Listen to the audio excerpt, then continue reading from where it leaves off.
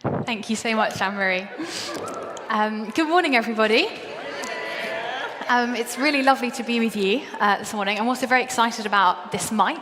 I did say that if any of you are looking sleepy, I might go into some dance routines just to wake us up. So I don't know if that's an encouragement or a warning, depending on your personality. I have been involved in St John's since January this year, and it's been really lovely getting to know lots of you. And I am looking forward to getting to know those of you that I don't know at the moment. I thought before I start, I'll just tell you a few things about me.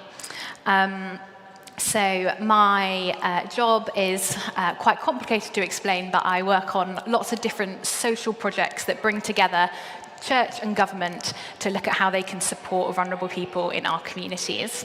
I love singing and dancing. I am also a big feeler and a big thinker. I love being playful, being silly, and my favourite colour is pink. So that is a little bit about me before we start. I just want to give you a quick heads up that in the first sort of 10 minutes or so, I'm going to really briefly mention sexual assault. And so if you need to nip out or if you want to skip, if you're watching this online, please do whatever you need to do to look after yourself. So before I start, I'm going to pray. Lord Jesus, I thank you for this morning. I thank you for everyone in this room. I thank you that we can come together to learn more about who you are and more about who we are. And Lord, I ask that as I speak this morning, that those things that are of you will go with us, and anything that I say that is not of you, that will fall away. Holy Spirit, we ask that you'll be with us in this time. Amen.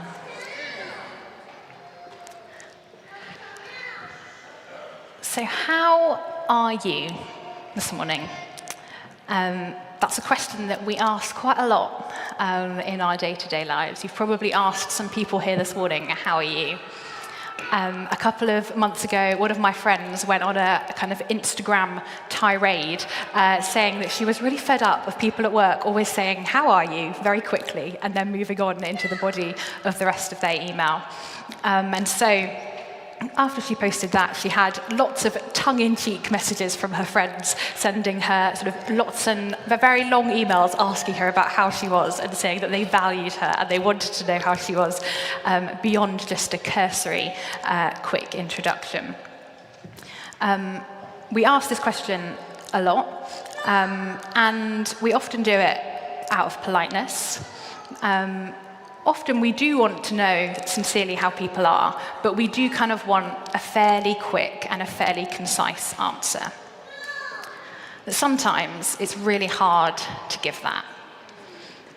And I've found recently that when people say, how are you, Esther? I sort of go, oh yeah, because there is so much going on in my mind and in my heart, and trying to concisely say how I am in a way that is fairly quick and neat and easy to explain is really difficult. So when I was asked to pick a psalm to talk about this morning, I thought I want to choose Psalm 4, because I think that the writer in this situation would maybe struggle to answer the question, how are you? Because there is so much going on for him. My last year, for a variety of different reasons, has been a really difficult year. And I'm sure that I am not alone by any means in having experienced grief, worry about sickness and the health of my family, mental health diagnoses, medication reviews, changes in jobs, in housing, in relationships. And more broadly, I know that I'm not the only one who feels overwhelmed by the climate crisis, who struggles with climate anxiety, or who feels overwhelmed by the increasingly crippling impact of the cost of living crisis, particularly on vulnerable people. I feel concern over the future of our democracy, at the stress and the pressure that is being put on our public services. I find the world overwhelming and tiring and difficult right now. And perhaps you feel this too, in a personal way, or perhaps you feel this about all the different things that are going on around us in our world, or I'm sure you have felt like that at some point in your life. I've had days where I felt so angry at wealth inequality, at the fact that we have millionaires in our country who are making more and more money, and we have people who are struggling to survive. That we have politicians who have selfishly put their own prowess and their own power and influence above the welfare of people. And that we continue to make decisions that have a crippling impact on our planet and on people around the world. And last week, I had a call from one of my best friends to tell me that she had experienced very serious sexual assault, and she was going through a police investigation, and she was understandably feeling incredibly low. And I listened to her, and I did my best to kind of speak truth to her in that situation and give the practical help I could. And then I hung up, and I cried. Hot and angry and aching tears that a human being could be so vile to another human being and trample on their value and their dignity. And when I read Psalm 4, I think I hear a similar voice, that the writer is saying, "Answer me, God, have mercy on me, hear my prayer." He's in a desperate situation and he can't see a way out. This psalm might have been written by David at the time that his son Absalom rebelled against him. So a man that he loves, his own son, suddenly betrays him, turns on him, and then David is fearing for his life. Or this might be written by another writer talking about an attack or some kind of difficulty that they're going through. We don't know for sure the context of this, but we do know that this writer is overwhelmed and helpless in a world that feels unpredictable and scary. In verse 2, he addresses these adversaries, this kind of group of people who seem to be attacking him, who seem to be against him. And he asks these kind of series of searching questions, like, how long will you keep lying? How long will these people keep saying something that isn't true? How long will they keep ridiculing me? How long will they be driven by emptiness and by delusion? And those words kind of vary a little bit between translations. And I hear in those questions some of that exasperation and that desperation that I have felt, and that I think all of us have felt. Why are people in our world neglecting justice and goodness? Why are we making decisions that harm fellow humans and the planet? Why do things keep changing? Why is life hard and painful? This is a psalm of exasperation. But scholars find this psalm difficult to classify because it is a psalm of exasperation and lament and anger and frustration and desperation. But it's also a psalm of confidence, and it's a psalm of declaration. And there are so many things in this psalm that I wanted to talk about, but I won't pick apart all of those things. Instead, I want us to specifically look at verse 6. So in verse 6, the psalmist writes, "Many, Lord, are asking, who will bring us prosperity? Let the light of your face shine on us." I wonder if you recognize any parts of that phrase, "let the light of your face shine on us."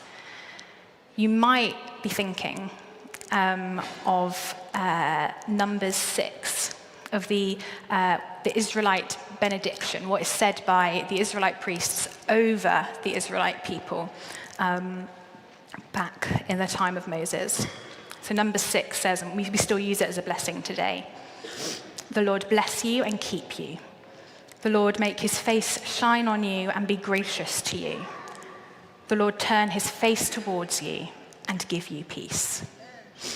And so in this context, despite his surroundings, despite what is going on for this psalmist, he looks up. He looks out to the bigger picture, to the bigger narrative, to his inheritance, to what he's been promised. And he says, Lord, I look up to you. Bless me here. Be with me here. Be present with me here. Later, or around that part of the psalm, he seems to be addressing a group of people who are desperate, who are struggling in the context that he's in. Maybe people who were pro David being king and who are confused and really struggling with the idea that he's now running for his life. And David, or the psalmist, says that these people are asking this question: who will give us prosperity? Who will give us abundance? Who will give us safety? Who will give us reassurance? And that question sounds so familiar, maybe not with those words, but the sentiment of that question sounds very familiar to me. Who will give us prosperity? A new government? A new campaign for net zero? A better taxation system? Medication? A better job? A different relationship? I was at a seminar recently for work, which was unpacking the government strategy to tackle loneliness. And a lot of the conversation focused on the power of relationships to ease poverty, mental health challenges, and to aid long-term recovery from difficult events. So in other words, the more connected our communities are, the better equipped we are to deal with difficult things. And in a society that's become increasingly disconnected, we're not using this vital resource that we have to be able to support ourselves.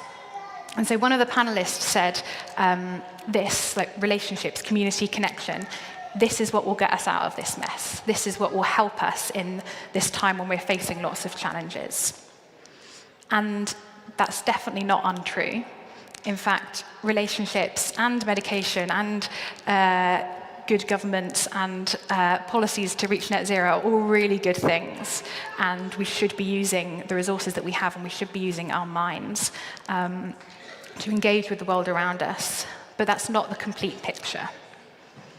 Because the psalmist tells us to look up and to look further than our own human story for our prosperity. He tells us to look to God. And what does he say about who this God is? Well, he starts his psalm, interestingly, not by saying, here are all my problems, but by reminding himself of who God is. He starts his prayer saying, answer me, God of my righteousness. He's reminding himself that God is the one who is just, who is good, and his standards are the right ones. He's the one that we follow and we can listen to because he is good. And when he harks back to Numbers 6, when he reminds himself and reminds those who will later be reading this of that blessing, he reminds us of the enduring promises of God, that he is the one who blessed then, who blesses now, and who will bless in the future. And this is a promise of generations that can be relied upon. As followers of Yahweh, whatever our human story, whatever's happening on around us, we can step into this narrative, the narrative of a good and constant God who stands firm, like the ground beneath windswept leaves. And as the psalmist looks to God and asks for his blessing, he also affirms who he is in his own identity. He refers to himself as God's faithful one, by which he probably means that he is the one that God loves, but also that he loves God. And we know that if this was written by David, that he was chosen to be king. He was anointed by Samuel when God asked him to do that. And so there's a clear sense that David is a chosen one. He is a faithful one to God. But we know from the writings of Paul, throughout the whole of the New Testament, we know specifically in Romans 8, Paul tells us that we are all children of God. We are all chosen through Jesus. So in Romans 8, Paul writes, for those who are led by the Spirit of God are children of God. The Spirit you received does not make you slaves so that you live in fear again. Rather, the Spirit you received brought about your adoption to sonship, And by him we cry, Abba, Father. The Spirit himself testifies with our spirit that we are God's children. Now, if we are children, then we are heirs, heirs of God and co-heirs with Christ, if indeed we share in his sufferings, in order that we might also share in his glory. And so when we look up, when we look beyond our context, when we look to seek God's face, we're reminded that we are his children, and we are loved, and we are held by him. And the psalmist tells us that we receive two things when we do this, when we remind ourselves that we are God's children. The first of those is joy. I wonder when you last felt joy.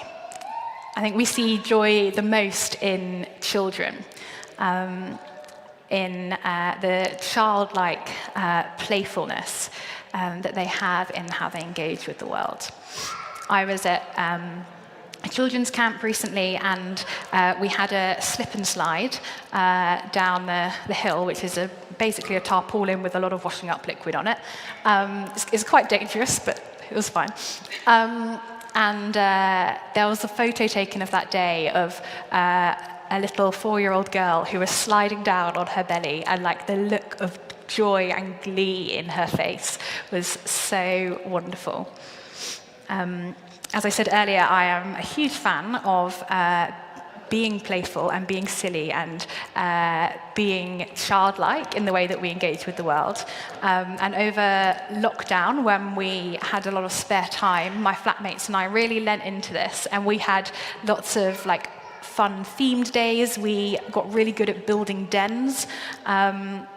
We did treasure hunts, we made escape rooms in our house. It was so much fun. And being able to embrace joy in that time was such a powerful and special thing. When I think of joy in the Bible, the verse that comes to me is that from Nehemiah, where he says, the joy of the Lord is our strength.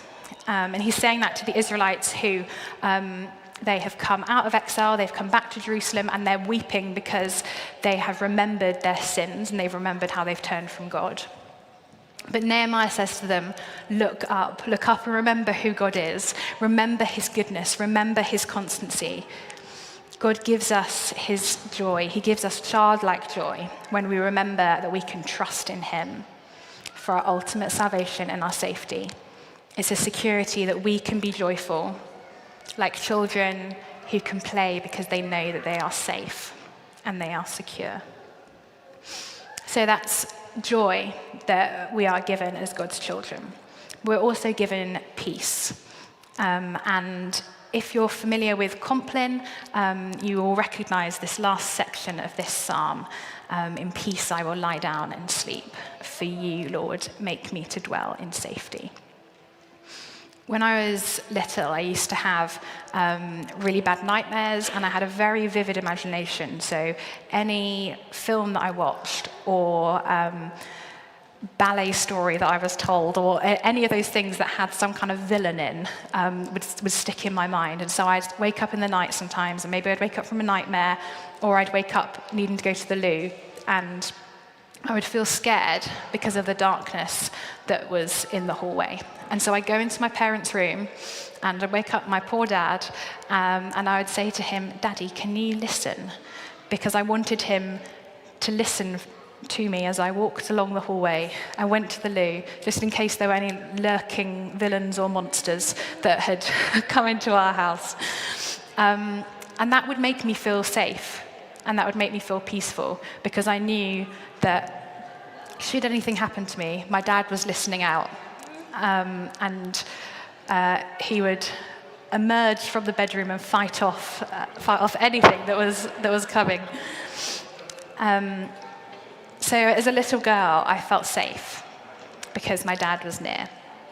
And this is the image that I think about when I read this part of the psalm, that as children of God, we can have peace because God is near. And we can rest in peace, not because the hard things go away, but because God, the protector God, the unchanging, righteous one, the one who has blessed in the past, will bless now and continues to bless in the future, is in control, and he is close by. So what does this mean for us? For me, what does this mean for you? In our moments of overwhelm and confusion and anger and exasperation and desperation at our situation, at the world around us. Last week, I mentioned earlier that I went on a holiday camp. I went to lead there. And I went as a teenager before, and I went back as a leader last week. And I expected to have a lot of fun. I expected to be very tired. And I did have both of those things. But what I didn't expect was to be seriously challenged by the Bible studies that I did with my dorm of teenagers. And so we were looking at Daniel in the sort of pre-run to the lion scene, when Daniel and his friends have just been taken from Jerusalem, from their home. They've been taken into Babylon, where they're forced to drop their Jewish customs. They're forced to stop worshipping, or the Babylonians attempt to force them to stop worshipping God. And instead, they're to eat, they're to study, they're to speak like the Babylonians. And they are asked to bow down before a statue of King Nebuchadnezzar. And in that time, in that first couple of chapters of Daniel, we're not told that Daniel hears anything specifically from God. We're not told that he appears to them in that time, although he does later. God is not right in the forefront of the story, but the narrator tells us that he is constant all the way through the background. The narrator tells us that it is God who allows the Babylonians to invade Judah. The narrator tells us that God allows Daniel to interpret dreams and that he causes Nebuchadnezzar's official to look kindly on Daniel. So God is there, he is in control, and he is in the background. So to Daniel and his friends, they're in a horrendous situation from their perspective. They're far from home, they've had a rough journey, they're in this foreign land, they're like being stripped of their identity and their sense of orientation, their sense of worth, and forced into a different way of life, which is deeply disorientating, scary, and painful. But Daniel and his friends, they do what this psalmist does. They choose to look up. They choose to remember a God who is righteous, who is worth following, who is constant, who is Father, who seeks to bless. They invite him into that story, and they do still use their own agency, but they choose to do that through relying on God. And so, for me and for us, as we stand in a time that might feel really difficult, who will bring us prosperity? Do I look to policies, to leaders, to science, to the soothing platitudes of influencers' Instagram reels? What if I looked up to God who is beyond my human story, who is good, who is constant, who blesses, who gives joy, and who promises peace? So how are you? I feel overwhelmed and tired and angry and fearful. And like Daniel at the beginning of that story, I'm not sure I can tell you what God is doing right now. But today, as I reflect on this psalm, I remind myself to look up, to look to the God who is beyond our story, who is constant and who is righteous, who is there to bless, who calls me child, and under whose watch I can play and I can rest. And so this morning, I invite you also to join with me in following the psalmist, to look to God, despite whatever is happening in our surroundings, and to look to our inheritance of a God who blesses. And so I want to finish by saying number 6 over all of us. The Lord bless ye. The Lord keep ye. The Lord make his face shine on you and be gracious to you. The Lord turn his face towards you, and the Lord give you peace. Amen.